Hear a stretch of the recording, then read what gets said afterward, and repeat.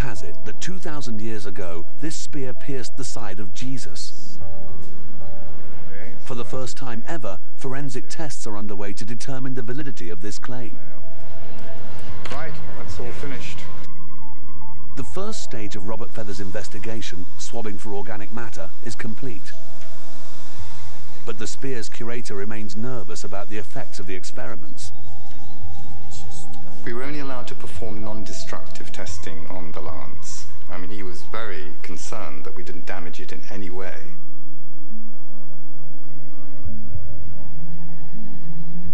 Feather hopes that the test will reveal if the Holy Spear, now kept at Vienna's Kunsthistoric Museum, really does date back 2,000 years to the crucifixion.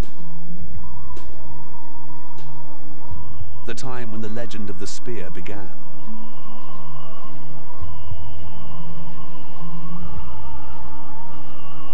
The Roman soldier who pierced Christ's side was called Longinus by the early church.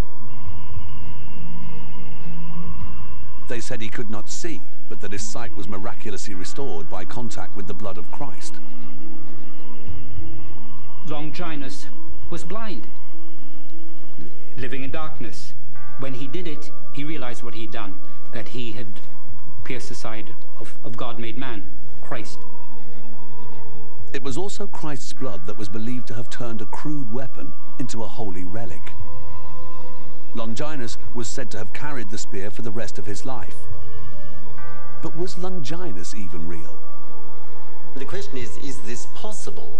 Well, people have pointed out that the name itself sounds awfully like the Greek word lonkos, which means a spear, so Longinus, the spearman, that's appropriate. But actually, Longinus is a perfectly good Latin name.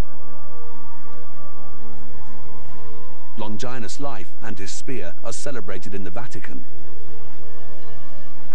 Longinus with his spear spearing the side of Christ.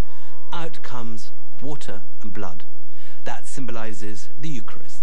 And so Longinus becomes a symbol of the church.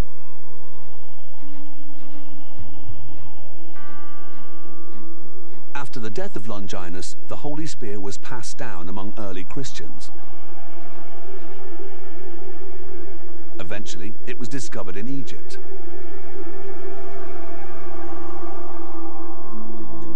Here, according to legend, it found its way into the hands of another Roman soldier, a man destined to become a saint, Saint Maurice. Robert Feather, the expert conducting tests on the spear, is interested in Maurice, or Moritz, because he has found that name inscribed on the spear itself. Did this legendary figure really own it? St. Maurice, an African, is considered to have been the very first knight, the man who inspired the code of chivalry. This will be the code which will be important to all knights from here on in. This is the code they will follow.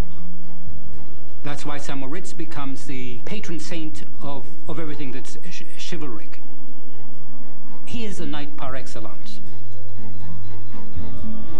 Maurice is said to have commanded the Roman Empire's first Christian legion, the Legion of Thebes.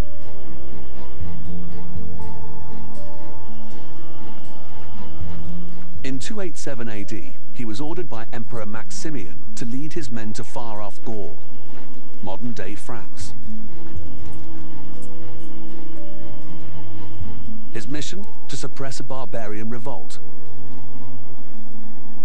But by the time he arrived, the barbarians already had been crushed.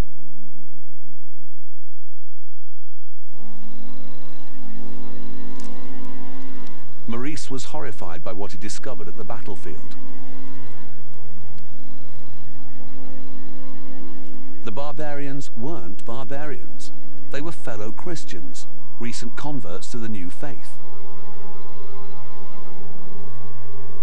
The Roman commander was racked with guilt and doubt.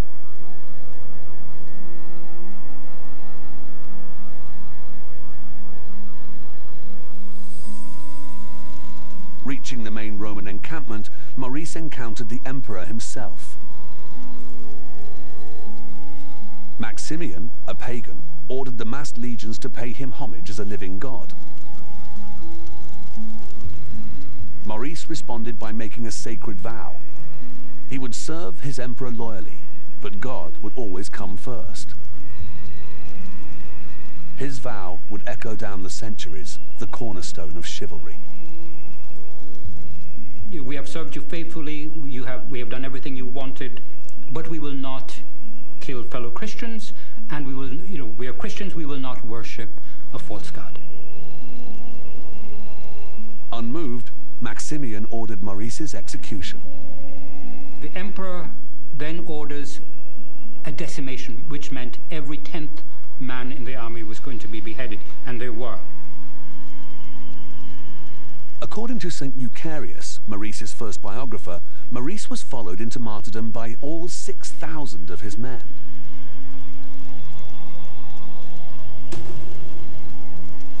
Rather than honor a false god, they chose death.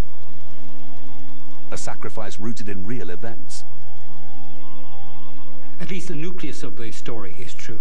Apparently, the leader of a legion and some of his men were executed for being Christian. Centuries after his death, Maurice was venerated as the patron saint of knights and crusaders. But is there any evidence that St. Maurice actually owned the spear? In 1970, the Holy Spear was taken apart for cleaning. Photographs from that event reveal that beneath the outer golden sheath is a hidden silver sheath.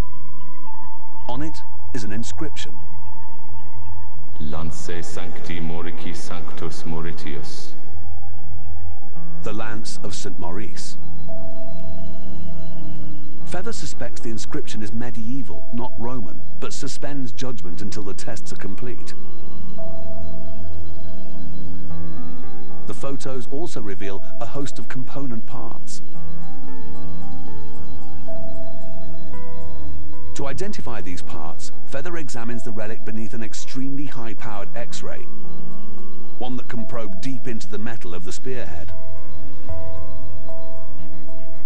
The X-rays were very, very useful, and no one's done them before, in seeing how the parts inside were put together. Using the X-rays and photos, Feather commissions a 3D virtual model of the spear to help him unravel its secrets.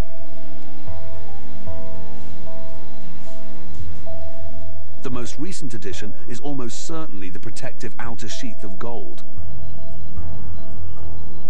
Beneath it, the silver sheath inscribed with the name of St. Maurice, and another set of additions, the blade-like wings. At some point, the spear was broken, almost certainly from driving a nail into the center of the weapon. This mysterious nail is linked to the next chapter in the spear's mythical story.